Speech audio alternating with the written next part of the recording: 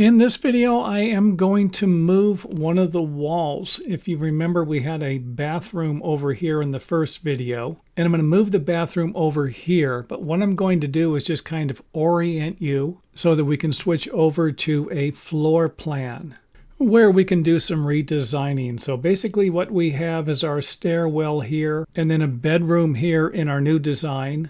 And I moved this window over a little bit so that it wouldn't be blocking the door. Or should I say, so that the door wouldn't be blocking the window. And I went ahead and installed a shower, sink, and a toilet. And then 2 pocket doors and a closet. And this design here allows us to have a larger bedroom and lose the wasted space for the hallway that was over here. And even though this looks like it will work, this design might require a small sink. Otherwise, it might not work. And you can see here where if this bathroom was a little smaller, you might have a difficult time opening the door to go into the shower if you're going to have a door. This design right here might work better with a shower curtain.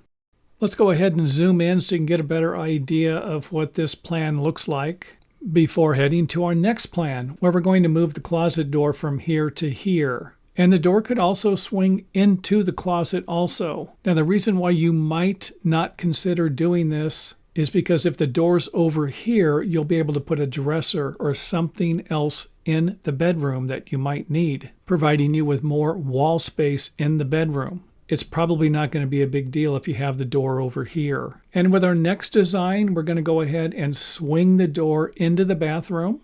And in our next design, we're going to add a bathtub and swing the door towards the bathtub. And in this design here, we can put a larger sink in. But where did our closet go? Because we're probably not going to be putting a door over here anymore.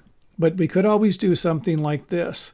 Put a shelf and a pull in here, even though we might not be able to hang anything over here. It would still give us some much needed closet space if we were going to install a full-sized bathroom. And of course, I swung the door the other way. And this might not be a big deal because the door could swing all the way over to here if you don't want to swing it up against the bathtub. Next up, let's go ahead and install a pocket door so we don't have to worry about the door hitting the bathtub or swinging all the way over to here. And then we'll go ahead and install some bifolding doors. However, if we install the bifolding doors, you can see where we're going to have a problem hanging any clothes in this closet. So there it is, my thoughts on moving the bathroom over and maybe installing a closet or some type of storage and getting rid of the wasted space for the hallway. And as always, if you have any comments, feel free to share them with us in the comment area, along with any questions you might have.